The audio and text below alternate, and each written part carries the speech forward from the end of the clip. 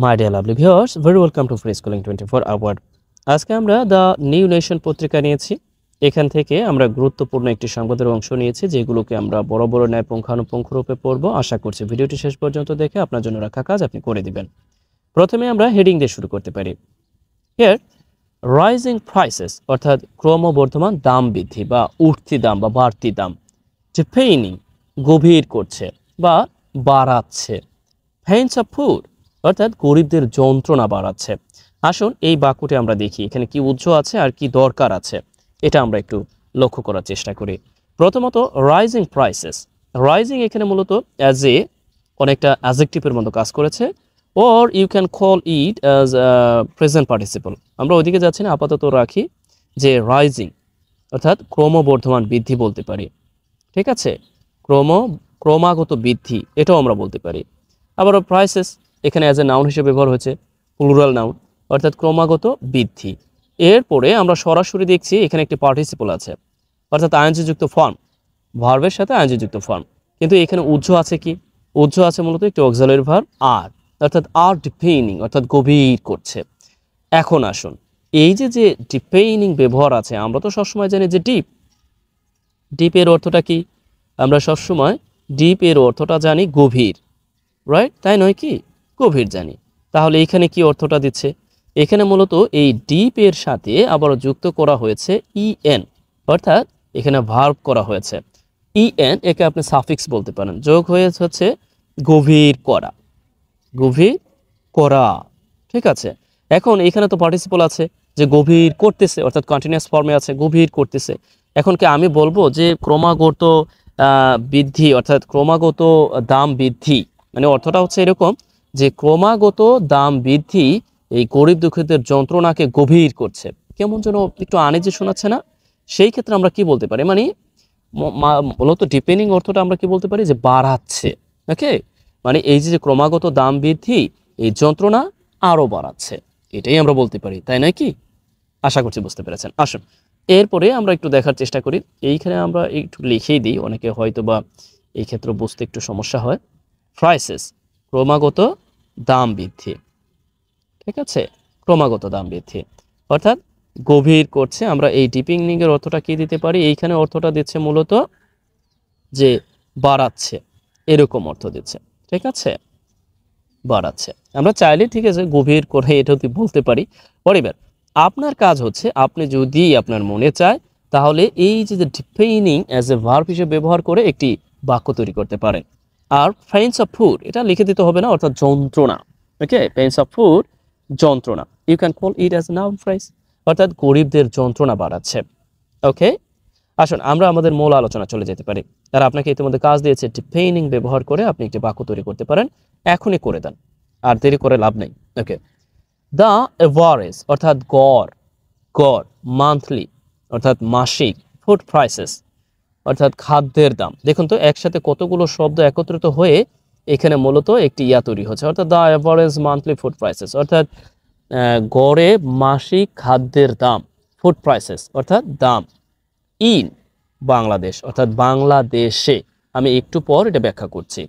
Have continued অর্থাৎ মানে বৃদ্ধি পেয়েছে, কি মানে ক্রমাগত বৃদ্ধি পেয়েছে, ক্রমাগত বৃদ্ধি পেয়েছে বা বৃদ্ধি পাচ্ছে, এই সেন্সটা দিচ্ছে। হোয়াটএভার টু রাইজ, এই যে টু রাইজ ক্রমাগত বৃদ্ধি পাচ্ছে। ইন 2024 অর্থাৎ 2024 সালে এটা ক্রমাগত দাম বৃদ্ধি পেয়েছে। এই যে মান্থলি মাসিক যেই গড় মাসিক যেই খাবারের দাম ক্রমাগত বৃদ্ধি পেয়েছে।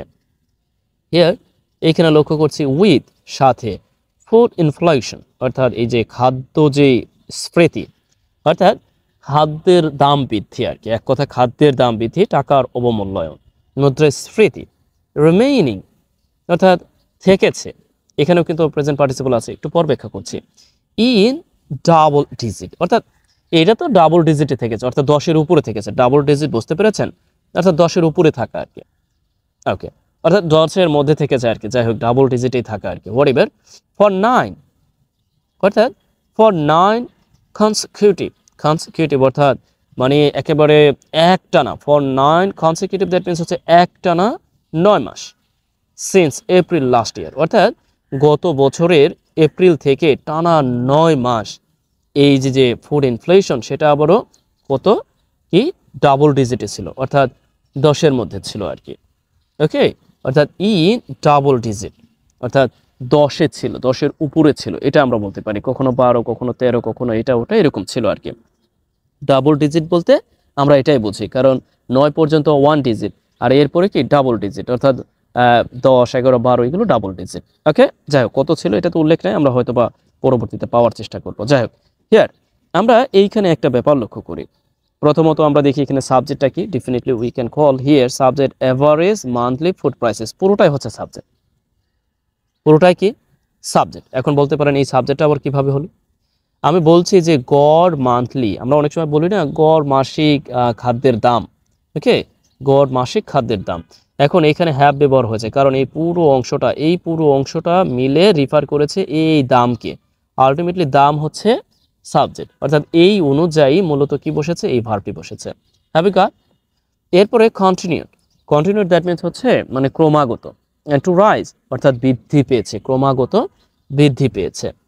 ওকে, ইন এই 2000 যে আছে অর্থাৎ 24 আর কি, 2024, অ্যান্ড এইখানে এটা কিভাবে হলো। আমি আপনাদের সব সময় বলে থাকি কি জানেন, এইখানে আমি ধরে নিলাম যে এই অংশটা এখানে নাই, মানে অনেকে আপনারা বুঝতে পারেন না, ঠিক আছে, অনেকটা কি বুঝতে পারেন না যে এটা কিভাবে হয় বা এটা কিভাবে অর্থ দেয়। ধরুন আমি এই অংশটা আমি এখান থেকে উচ্ছেদ করে দিলাম, কি করে দিলাম, উচ্ছেদ করে দিলাম, উচ্ছেদ করে দিয়ে আমি এইখানে লিখলাম ইজ রিমেইনিং, এইভাবে লিখে দিলাম। এখানে উচ্ছেদ করে না দিয়ে এখানে আমি একটা সেমিকোলন বসিয়ে দিলাম, মানে কথার কথা সেমিকোলন বসালে, অর্থাৎ এখন একটা ব্যাপার লক্ষ্য করুন তো, এইখানে একটি বাক্য আছে না, এইখানে এই পর্যন্ত একটি বাক্য, হ্যাভ ইউ গট? এই পর্যন্ত একটি বাক্য, সরি আমি দিতে পাচ্ছি না, অর্থাৎ এই পর্যন্ত একটি বাক্য। সেমিকোলনের পরে এইখান থেকে আমরা দেখতে পাচ্ছি এই পর্যন্ত আরেকটি বাক্য, এই পর্যন্ত আরেকটি বাক্য। এখন এই সেমিকোলন না দিয়ে আপনি এখানে একটি কমাই ব্যবহার করে দেন না, সমস্যা নেই, কমা ব্যবহার করে দিয়ে এখানে ফুড ইনফ্লেশন ব্যবহার করে, এখানে ইনফ্লেশনকে অ্যাজ এ সাবজেক্ট হিসেবে ব্যবহার করে এখানে হ্যাজ বিন লিখে দেন, has been remaining in double ডিজিটে আছে ফর 9 কনসিকিউটিভ মান্থ, অর্থাৎ গত 9 মাস, অর্থাৎ বরাবর বা একটানা 9 মাস যা ধরে গত মাসের এপ্রিল থেকে। এখন বুঝতে পেরেছেন? অর্থাৎ সেই লেখাটা কি মূলত সংক্ষিপ্ত আকারে এইভাবে লেখা হয়েছিল। কিভাবে লেখা হয়েছিল ইতিমধ্যেই কিন্তু আমি ব্যাখ্যা করেছি, অর্থাৎ আমরা পূর্বেই পেয়েছি কোনভাবে লেখা ছিল। সরি টু সে, আমি আবার এইদিকে চলে গিয়েছি। তার মানে ঠিক এইভাবে লেখা ছিল, দেখুন এই যে উইথ ফুড ইনফ্লেশন, অর্থাৎ সাথে এই যে ফুড ইনফ্লেশন এটা তো আছেই, তার মানে হচ্ছে 9 মাস ধরে। এখন এইটা বলতে পারেন নন কনসিকিউটিভ, অর্থাৎ কনসিকিউটিভ বলতে আমরা বুঝি হচ্ছে ধারাবাহিক বা একটানা, অর্থাৎ ধারাবাহিক 9 মাস। And since as a preposition, এর অর্থটা হচ্ছে থেকে, এপ্রিল লাস্ট ইয়ার, অর্থাৎ গত বছরের এই যে বছরের থেকে, অর্থাৎ গত বছরের এপ্রিল থেকে টানা 9 মাস, অর্থাৎ ধারাবাহিকভাবে 9 মাস, যেটা 10-এর মধ্যেই থেকেছে আর কি, 10-এর উপরে থেকেছে, মধ্যে না, সরি টু সে, অর্থাৎ 2 ডিজিটের মধ্যে থেকেছে এই ইনফ্লেশনটা। Have you goat? বা থাকতেছে, এরকম আমরা বলতে পারি, যেহেতু এখানে একটি প্রেজেন্ট পারফেক্ট কন্টিনিউয়াস একটা সেন্স আছে। আশা করছি বুঝতে পেরেছেন। ওকে, আপনি কি চাইলে এরকম একটি বাক্য তৈরি করতে পারবেন না? দেখুন আমার কাজ হচ্ছে শুধুমাত্র আপনি শিখবেন, জানবেন, এতটুক না, আমার কাজ হচ্ছে আপনি যেন লিখতেও পারেন। আপনিও চাইলে কিন্তু এরকম একটি বাক্য তৈরি করতে পারেন, একেবারে আপনার নিজ ইচ্ছা এটা আর কি। যদি আপনি তৈরি করতে চান সেটা হচ্ছে আপনার নিজ ইচ্ছা। এরপর আসুন এইখানে আমরা দেখার চেষ্টা করি। অ্যাকর্ডিং টু ডাটা, অর্থাৎ ডাটা অনুযায়ী, from Bangladesh bureau of statistics, অর্থাৎ বিবিএস, অর্থাৎ বিবিএস এর যে ডাটা আছে সেই ডাটা অনুযায়ী, যে ডাটাটি মূলত এখান থেকে ফুড ইনফ্লেশন, অর্থাৎ খাদ্য যে স্ফীতি ওয়াজ কন্টেইনড উইদিন সিঙ্গেল ডিজিট। ওকে, যেটা সিঙ্গেল ডিজিটের মধ্যেই ছিল এরকম, অর্থাৎ রাখা হয়েছিল, কন্টেইনড রাখা হয়েছিল with single digit, okay, single ডিজিটের মধ্যে, হয় 9 বা 10 বা 7, and during the first 3 month of the previous year, অর্থাৎ পূর্ববর্তী বছরের প্রথম যেই 3 মাসের সময় সেটা মানে ওই যে সিঙ্গেল ডিজিটের মধ্যেই ছিল। উইথ ইনক্রিজেস, অর্থাৎ উইথ ইনক্রিজেস আমরা বলতে পারি যে বৃদ্ধি কি এইখানে আছে 9.56% 9.4% অ্যান্ড 9.87% রেসপেক্টিভলি। বুঝতে পারছেন? অর্থাৎ এই যে ডিজিটগুলো, এই যে সিঙ্গেল ডিজিটগুলো আমরা এখানে লক্ষ্য করছি এটার মধ্যে ছিল, ঠিক আছে? মানে কমা আমরা যে ইয়াটা দেখি, পয়েন্টটা দেখি, দেখুন পয়েন্টের পূর্বে কিন্তু সিঙ্গেল, অর্থাৎ এটাকে সিঙ্গেল বোঝাচ্ছে। এই যে সিঙ্গেল ডিজিটগুলো আছে দেখুন রেসপেক্টিভলি এত এত এত এততে ছিল, এত এততে ছিল। বুঝতে পারছেন? এখন এত এততে থাকার কারণে, এই বৃদ্ধিগুলো এত এততে থাকার কারণে মূলত এই ফুড ইনফ্লেশনটা এটার মধ্যে ছিল, অর্থাৎ প্রথম 9 মাসে। এখন অনেকে বলতে পারেন এই বাক্যটা তো কত বড়, দেখুন তো এই বাক্যটা যদি আমরা হুবহু এই যে রুলস রেগুলেশন মেনটেন করে অনুবাদ করতে যাই তাহলে তো অবস্থার 3 অবস্থা হয়ে যাবে, ঝামেলা হয়ে যাবে না?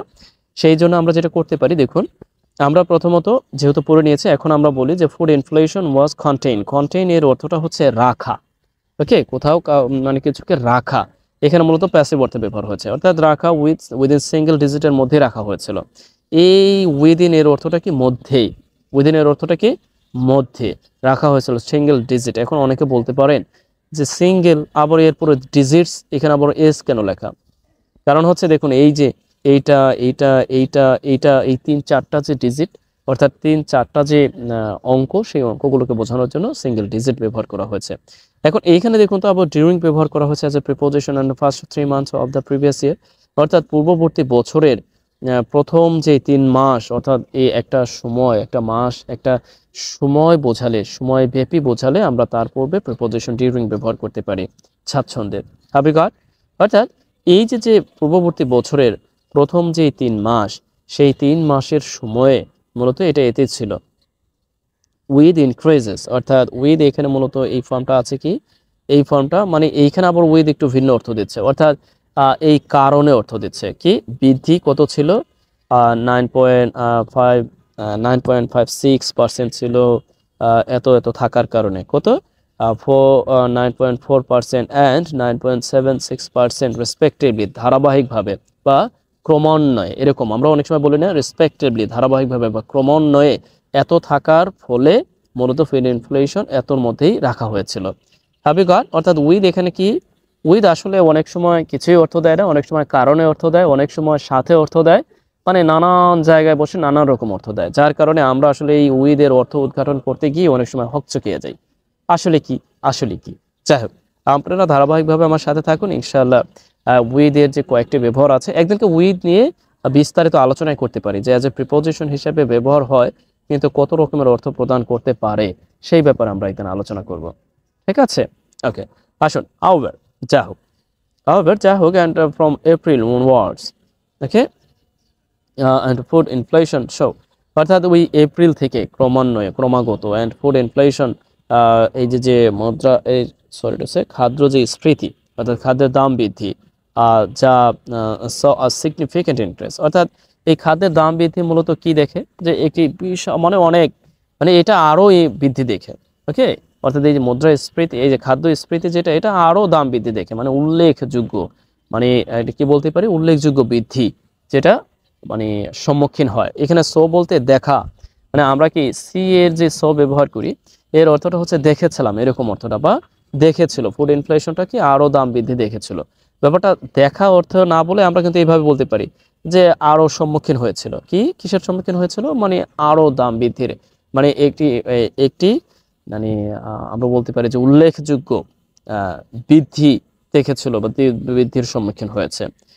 যা রিচিং, যা মূলত ওকে 10 পয়েন্ট অ্যান্ড ওই যে যেমন এই যে double digit 10 point and 22%, okay, here we see 10.22%, তার মানে এই যে বিশাল একটি বৃদ্ধি, যা এখানে কিন্তু আবার প্রেজেন্ট পার্টিসিপলে আছে, অর্থাৎ যা পৌঁছেছে এত পার্সেন্টে। এই ব্যাপারটি অনেকে হয়তো বা আমরা বুঝতে পারি না, এই ব্যাপারটি আমরা বলতে পারি যে এইভাবে লেখা ছিল তাই এইভাবে লিখে দিয়েছে। দেখুন হুইচ, এই ব্যাপারটি আমরা বলতে পারি রিচড, এইভাবে, যে যা এততে পৌঁছেছে, সেই ব্যাপারটি সংক্ষিপ্ত আকারে জাস্ট একটু মানে আপনাকে হয়তো বা একটু বিব্রত করার জন্য এইভাবে লেখা আছে। Have you got right now? I think so you have goat.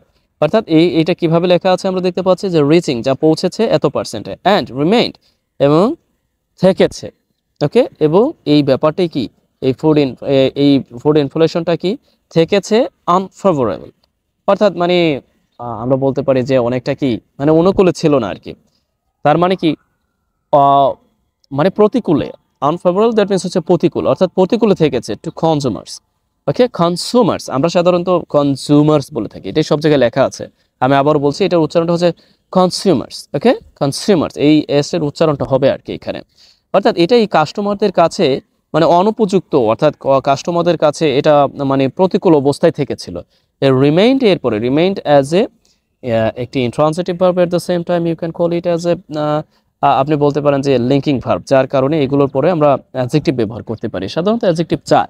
Okay, remain অর্থাৎ কি ছিল, থেকে ছিল কি আনফেভারেবল। ফেভারেবল এর অর্থ যে অনুকূল বা ভালো, আর আনফেভারেবল দ্যাট মিনস হচ্ছে মানে প্রতিকূল, বা মানে এটা কি স্বাচ্ছন্দ্য ছিল না কনজিউমার্স অর্থাৎ যারা কাস্টমার ছিল তাদের কাছে। Have you got? কত কিছু দেখুন তো, এত পেঁচানোর দরকার ছিল এখানে, তো একটা বাক্য বললে হতো না, দুইটা বাক্য বললে হতো না, একটা বাক্যের মধ্যে সব দিয়ে দিয়েছে, এটাই আসলে এদের কাজ। ওকে, তারপরে দেখি and by the end of June, অর্থাৎ জুনের শেষ দিকে। ওকে, জুনের শেষ দিকে it had and risen to, okay এটা বৃদ্ধি পেয়েছিল। Okay, it has risen to and 10.2%, অর্থাৎ এটা আবারও এই যে এখান থেকে ডাবল হয়ে গিয়েছিল, অর্থাৎ এই পয়েন্টের পরে এটা ডাবল হয়ে গিয়েছিল, অর্থাৎ এটা 10.22 থেকে 10.42 হয়ে যায়। ওকে, এটা হয়েছিল আর কি। এই যে এটা বলতে এই যে যে ফুড ইনফ্লেশনটা আর কি, এটা হয়েছিল। অ্যান্ড ইন জুলাই, এবং জুলাই সরি টু সে, হ্যাঁ এটা হচ্ছে জুনের শেষের দিকে এবং জুলাইতে এটা হয়েছিল। ও জুলাইতে আবার ইট ক্রস, এটা ক্রস করে অ্যান্ড 14% মার্ক, মাই গ্রেট, অর্থাৎ এই মার্ক বলতে এই 14% যে একটা মাত্রা, এটাকে ক্রস করে যায়। অর্থাৎ এটা ছিল, আমরা দেখতে পাচ্ছি এটা জুনের শেষ দিকে ছিল কত, এত পার্সেন্ট, আর এটা আবার জুলাইতে এসে হয়ে গেছে 14%। হাবিকার, অর্থাৎ ক্রস করেছে, ছাড়িয়ে গিয়েছে। আমরা কিন্তু ক্রসের পরিবর্তে এখানে খুব ভালোভাবেই সারপাস্ট ব্যবহার করতে পারি, পারি কিনা? সারপাস্ট অর্থাৎ ছাড়িয়ে গিয়েছে বা অতিক্রম করেছে, এটা ব্যবহার করতে পারি। ক্রসকে আমরা ভার্ব হিসেবে দারুণভাবে ব্যবহার করতে পারি আমাদের প্রয়োজনে। First time in and 13 years, অর্থাৎ মানে এটাই প্রথম গত 14 বছরে, অর্থাৎ ইন 13 ইয়ার্স, অর্থাৎ গত 14 বছর বোঝাতে, গত 14 বছরে ফার্স্ট টাইম, এটাই প্রথম। ওকে, প্রথমবারের জন্য এরকম অর্থটা আছে, অর্থাৎ প্রথমবারের মতো এই যে যে 40%, অর্থাৎ আমরা দেখতে পাচ্ছি 14%, নট 14% এটা ক্রস করে গিয়েছে জুলাইতে এসে। আমরা জানি যে জুলাইতে একটি uprising well and June July August, এই জুলাই এবং অগাস্টে এই ব্যাপারটা অনেক বেশি হয়েছে, যার কারণে এটা হয়েছে। আসলে এটাকে আমার মনে হয় অ্যাক্সিডেন্ট হিসেবে দেখাটাই ভালো, এটাকে এখানে না আনাটা। তবে ক্রমাগত যেটা চলমান, এখন তো ফুড ইনফ্লেশন অনেকটাই কমেছে, বিশেষ করে যদিও আমরা জানি যে মোদির যে ফুড ইনফ্লেশন সেটা কমেনি, কিন্তু বাজারের যে কাঁচা বাজারের যেই ফুড যেই ব্যাপারটা, এইটার দামটা অনেকাংশে কমেছে। আমরা সেই অর্থে বলতে পারি যে হ্যাঁ, এটা অনেকটাই কিছুটা কি নিচের দিকে যাচ্ছে। হিয়ার, এটাকে আমি পুঙ্খানুপুঙ্খরূপে ব্যাখ্যা করব, আর ব্যাখ্যা করার কিছু নাই। তারপরে যদি আপনি নতুন কোনো ব্যাপার এখানে অ্যাড করতে চান, আপনি সেটা অ্যাড করতে পারেন। জি, এরপরে আমরা দেখতে পাচ্ছি এইখানে যে in November of just in of the, okay মানে একেবারে মানে কি বলে মানে এই যে যে একেবারে শেষের দিকে, এই যে নভেম্বর, অর্থাৎ এই যে নভেম্বরে, অর্থাৎ এই যে এই বছরের, অর্থাৎ ঠিক যেই বছরটি চলে গেল, অর্থাৎ এই বছরের কি শেষের দিকে কি ফুড ইনফ্লেশন ইনক্রিজড এত পার্সেন্ট, অর্থাৎ এটা কি